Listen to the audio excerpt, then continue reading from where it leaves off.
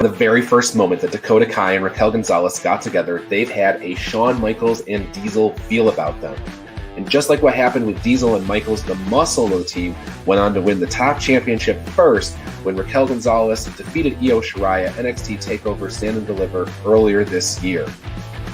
As of last night, though, Dakota Kai no longer stands at the side of Raquel Gonzalez.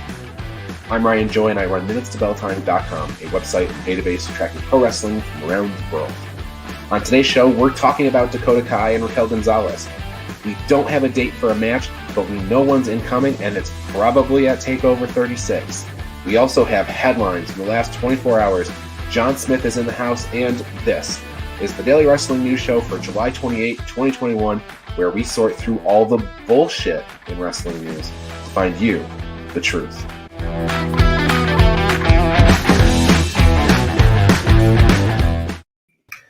All right, John, welcome to the show.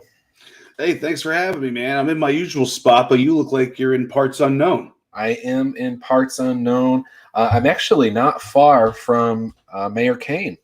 I'm in Tennessee. I'm not sure how far exactly away I am. I'm in Chattanooga. Mayor Kane would be in, Knox County, but right. Still, I feel his presence. Yeah. Just flames bursting everywhere in Tennessee. Yes, on a particularly hot Chattanooga day. All right, well, we are talking about Dakota Kai and Raquel Gonzalez on this morning's show. I had in my show graphic for this Dakota Kai, NXT's Judas, and I think that's a good name for her considering what she has done to Tegan Nox and now Raquel Gonzalez. I think she's got to be the Judas. She's the betrayer, the ultimate betrayer, right? Yeah, she. First off, I don't know if when you're Raquel Gonzalez, why you would get involved with Dakota Kai if you already saw what she did with her previous best friend. But I guess maybe she figured I'm gigantic. She would never do that to me, and whatever. But we've seen this coming for a while, and then it was like, when's it going to happen? When's it going to happen? And all of a sudden, it's just like they did it real quick the past couple of weeks. Yeah, let's relive the history here. So Dakota Kai turned heel in 2019 at TakeOver War Games, the pay-per-view. She turned on her own team, attacked her partner Tegan Nox. Months later, so that was November. Months later, now we're in February of 2020.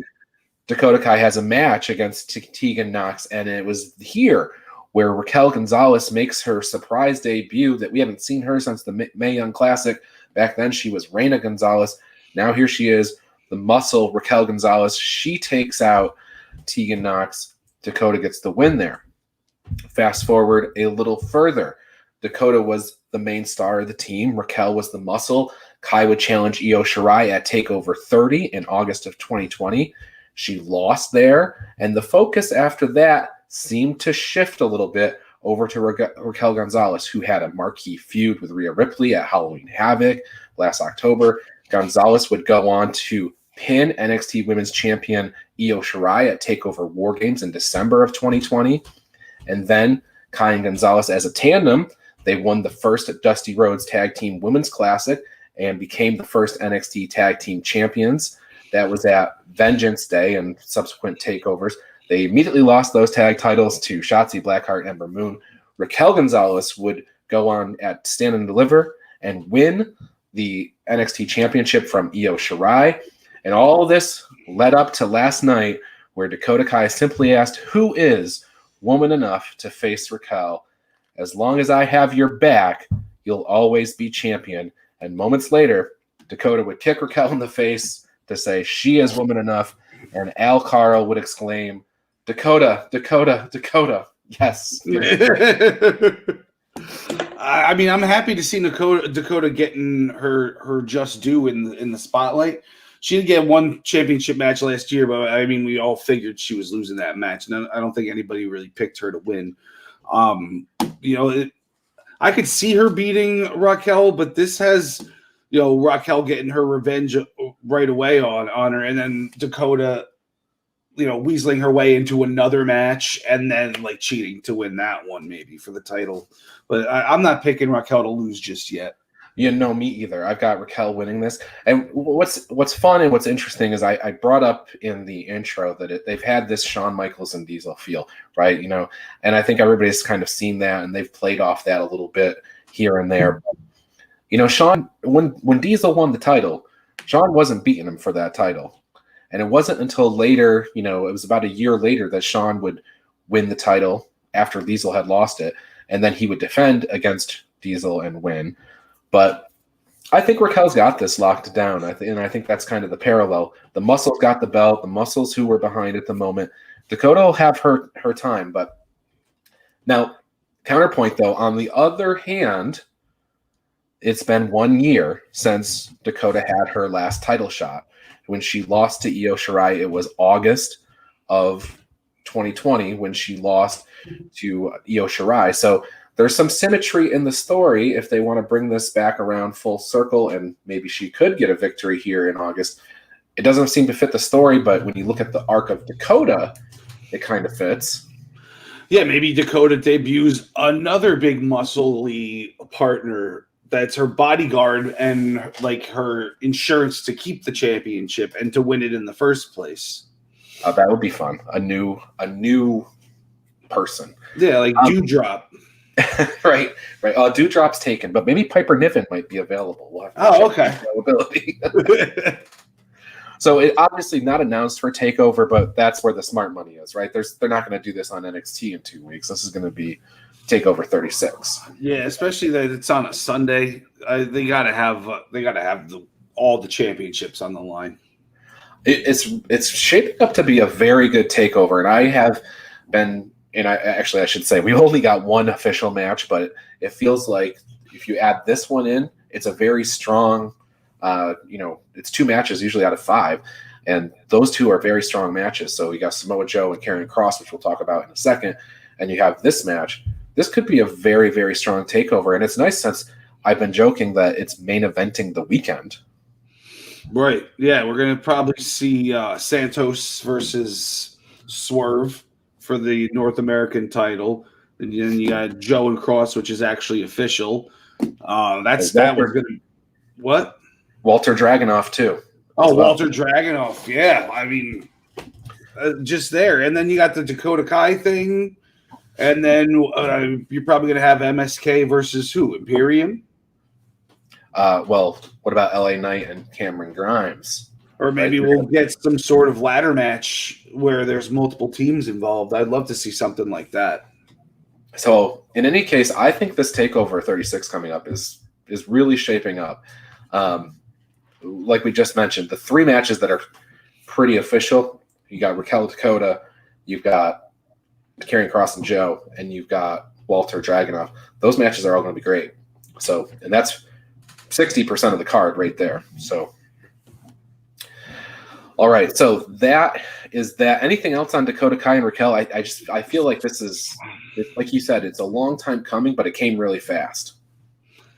Yeah, we got to hear from Dakota next week. I'm really interested in, you know, if the story's going to just be your generic like, oh, you overlooked me and now I'm here to, you know, collect my respect, or if there's actually going to be like a good story to it. Not to take anything away from them, but I just hope they don't do the generic, you know, split team type of angles, you know? Yeah, there's a story to be told here, right? Because Dakota should be talking about, I brought you in, you were nothing without me, I helped you get the spotlight, I wanted to be tag team champions, and you seem to have your mindset on other things, and, you know, and then, yes, you overlooked me type of stuff. But, Or I was always using you. You know, those are the kind of things that we're probably going to hear from Dakota. Raquel, when I went through the whole lineage, there was a point, and I think it was during the Rhea Ripley feud, where we started to see Raquel kind of shift babyface a little bit. Not completely. She still, she still had very heel tendencies, but there was a point where the fans started to really get behind her, and I think it was after the really good Rhea Ripley matches. Right. And then with Xia Li, you know, she was kind of playing babyface with that whole thing. Right. Because Xia Li is not a face. So she was definitely the face in that match. Yeah. All right. Well, we've talked a little bit about Takeover already, but we do have SummerSlam coming up, and we have a SummerSlam special that we're going to be hosting on the Eastern Observer for the Essential Wrestling Podcast SummerSlam special. It's Saturday, August 21st at 3 p.m. John, we have a couple of matches. I shouldn't say a couple. We have one match so far. It's Nikki Ash versus Rhea Ripley versus Charlotte Flair for the Raw Championship. That's what's been announced so far. But we have John Cena, Finn Balor, Roman Reigns, Edge, Rollins, Bobby Lashley, Goldberg. All that stuff's kind of hanging out there. But yeah, we've got the one match: Nikki Ash versus Rhea Ripley versus Charlotte Flair versus Daniel Bryan. Thoughts? Well, Daniel Bryan always weasels his way in, but he never wins. So I don't have him winning it. I liked Al's idea yesterday of Nikki just losing and all these non-title things leading up to it, and then pulling off the victory when the title's on the line.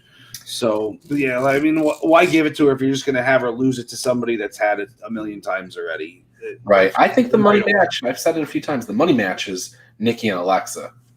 And whether the title's there or not, I think that's where the story will ultimately go. But whatever the matches end up being, we will be picking those on the day of SummerSlam at 3 p.m. on the EWP SummerSlam special.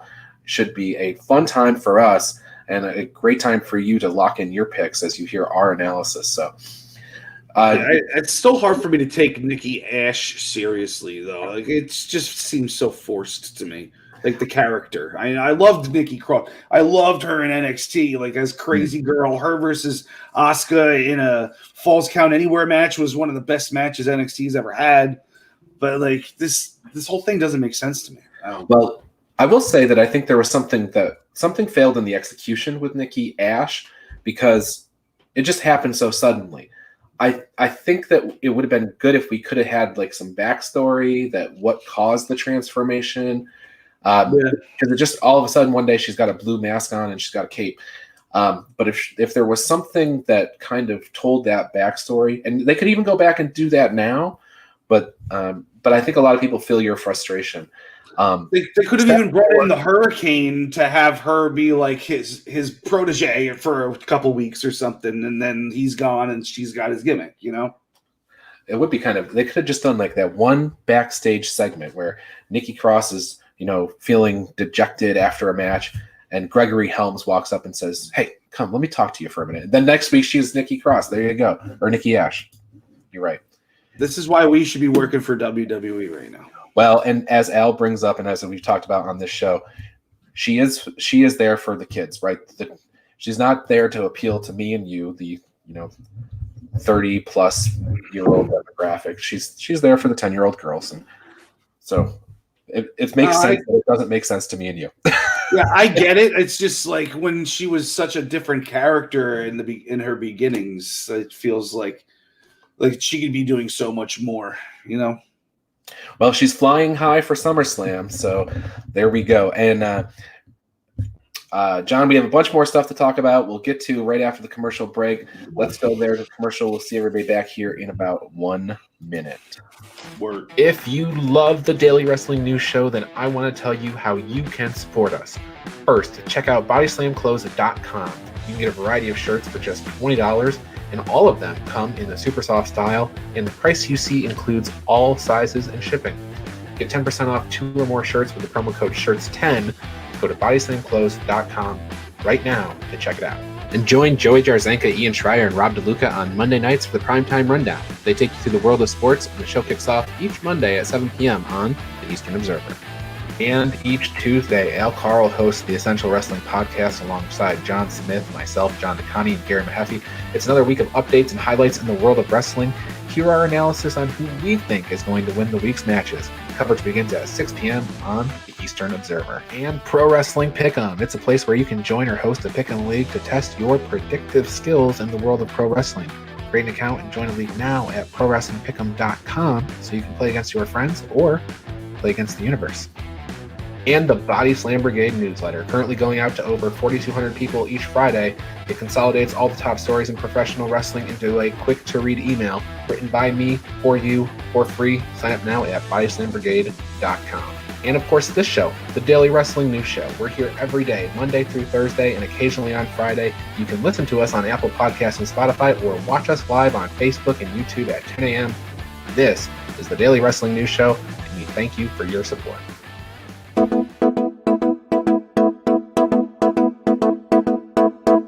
Scraps. When you hear that noise, you know it's the headlines portion of the show as our mascot dog brings the headlines to us via the newspaper. All right, so John, I do want to mention one more thing on the Nikki Ash thing, because I am an advocate for what Al said. I think that she's there for the 10-year-old girls, but they also have her in that last segment of Raw the last 2 weeks, and her biggest segments, of her career probably. So I think they should move her closer to the 8 o'clock hour rather than the 11 o'clock hour, just so that they can capture the kids. But, yeah, that makes sense. I feel like they'll probably do that too. Yeah. I mean, it's a big title match, keep people there to the end and that kind of thing, so it makes sense. But okay, other news from NXT last night: Ridge Holland making his return, still aligned with Pete Dunne, Oney Lorcan.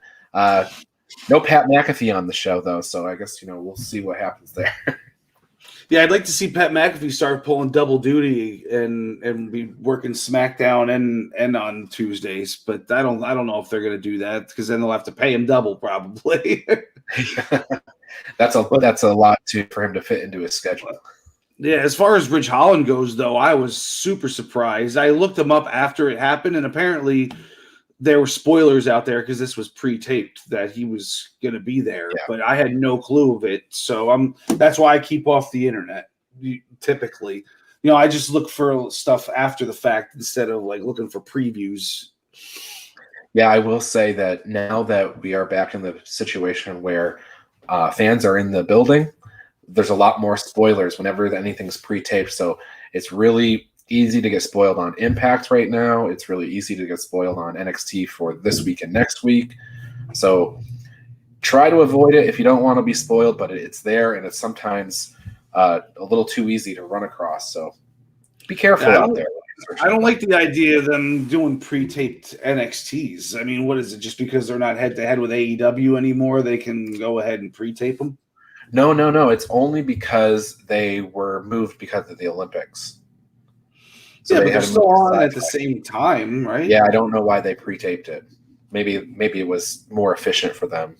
So it's always going to be more efficient to do the pre-tape, but maybe they had an out, because usually their contracts say you have to have X number of live shows, and maybe they had an out because of the Olympics, so it's more cost effective and easier. Right.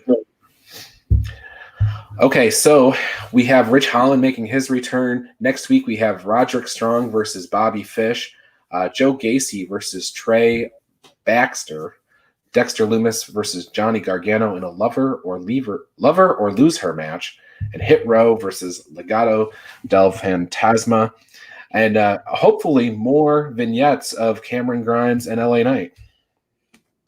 Oh yeah, that stuff was gold. Him crotching LA Knight with the club on his backswing and then knocking him in the head on the front on the follow through. Hole in one, by the way, with his golden golf ball. And by the way, how long does Cameron Grimes have to wash LA Knight's balls? Seriously. Yeah, it was funny. There was when in the stipulation of you must become my butler or whatever, or there was no end date. It wasn't for 30 days or whatever. So he's going to have to do something to regain his freedom. It's literally permanent, like a lifelong butler until he wins his freedom back somehow. Yeah, Al Carlos mentioning once Danny Burch gets healthy, the whole Pete Dunne, Oney Lorcan, Danny Burch, Ridge Holland, that is a faction to be reckoned with. Definitely true. And then he's asking about rumors about zombies and vampires on Sci-Fi, and I don't think there's anything that I've heard to substantiate that rumor. So, except for what we had mentioned on this show, that would have been a good idea. So, yeah, not except for the zombie part, but the ECW thing would have been. It's such a gimme. How do they not do that? Exactly. So, but I think things do look like we're heading towards a Cameron Grimes and LA Knight tag team, because they're out on the golf course with grizzled young veterans. So hopefully hopefully we get to see that, although there's obviously going to be friction between Grimes and Knight, but they'll probably go on to be a very successful tag team. So, yeah.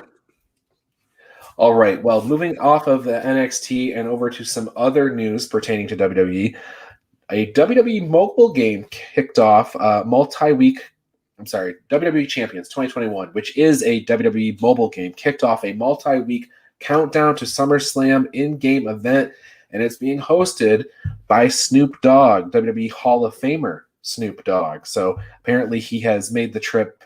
He flipped companies again. He's going back from AEW over to WWE. I think what happened is he jumped off the AEW turnbuckle and hit the mat so hard that it knocked him back to WWE. Yeah, he did not. He did not belong on that top rope. Let's just leave it at that.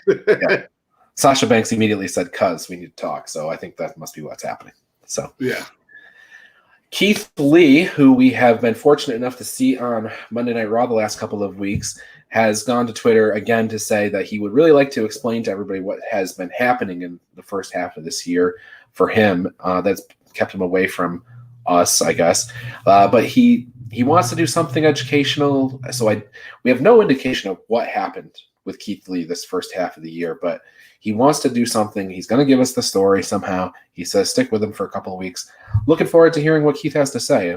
He wants to do something that'll share his story to benefit us all, I guess. So, yeah, I haven't the slightest clue what they got in store for us, but it seems like it's going to have some sort of realism involved. So, yeah, and I'm not sure that it's going to be like an on-screen thing or if it's going to be, him.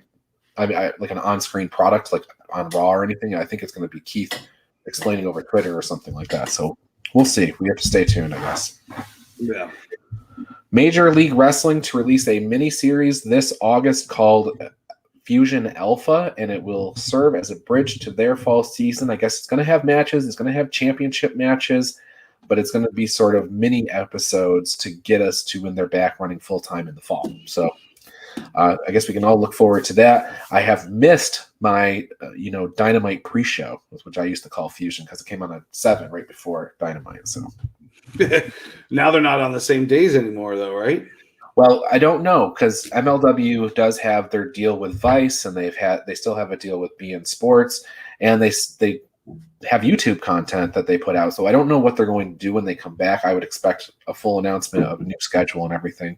Maybe they'll keep the time slot, maybe they won't, but I hope so because I kind of like that spot. We have a few more teams announced, John, for Impact Homecoming this weekend. We have Brian Myers and a mystery partner, Tommy Dreamer and Rachel Ellering, along with Jordan Grace and Petey Williams, Thick Mama Pump, and what's Petey's name again?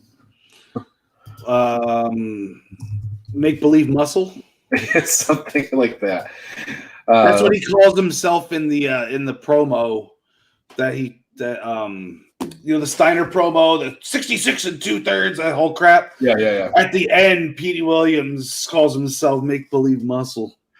In the graphic, it's Little Petey Pump and Thick Mama Pump. So in any case, if they're not being managed by Scott Steiner this weekend, we riot.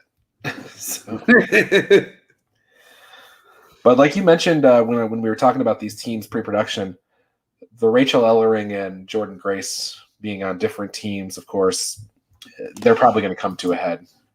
So. Yeah, I feel like Ellering is going to end up pinning Jordan Grace, and that's going to finally give us the heel turn we're looking for on Jordan Grace, because that's something we've been calling for almost as long as Dakota Kai turning on Raquel Gonzalez. But only because they've only been together last time. We've been calling for it for a few months now, at least. This whole Impact Homecoming King and Queen thing, do you think that the moniker, the crown, if you will, is better suited to a heel or a face? I think anything like this is more for face or for heels, because you need to be able to brag and call yourself the best, and when you win something like this, people aren't expecting you to be humble. So when you have like a John Cena type or something winning, like you wouldn't have John Cena win King of the Ring, right. Like you would have Seth Rollins win King of the Ring. So you could be like, I hurt people. So. Yeah. So I think, maybe did you say Rachel pins Jordan or Jordan pins Rachel? Rachel pins Jordan, and that sends Jordan over the deep end, I think. Okay, but then ultimately somehow loses to somebody else. Yeah. Yeah, I could see them meeting in the semis or something, and then Jordan Grace costs her the finals, or something. Because it's all in one day, right? Yes, and based on what I know today, I'm going with Queen Rosemary until I see some more teams. Yeah, so we got Myers and question mark, Dreamer, Allering, Petey and Grace, and we got who else? Cardona and Green, and Rosemary and Crazy Steve. Okay, so yeah, we're still looking for Tennille and Caleb with the K will probably be in there. Yep. And I can't really think of who else. We got Tiana, Sue Young, Susan, and Deanna, Sue Young, and Kimberly. I'm trying to think of the other person. That'd be fun if they could work a way of getting Rich Swann and Sue Young to team up together. I know. That'd be a great one. like some sort of ping pong ball scenario where it's like, oh, I pick you, and it's just that they're together. That'd be fun. That would be them work together. All right. Well, tonight on AEW Dynamite, it is Fight for the Fallen, and again, we talked about yesterday's show that they're making a donation to the Safe Alliance, $100,000, a nonprofit organization dedicated to providing hope and healing for domestic violence and sexual assault survivors. That's tied to tonight's event. And we have a full lineup. Santana and Ortiz versus FTR, long-awaited tag team match. Chris Jericho versus Nick F. and Gage in the second labor of Jericho. That's no rules. Christian Cage, Jungle Boy, Luchasaurus versus Private Party and Angelico.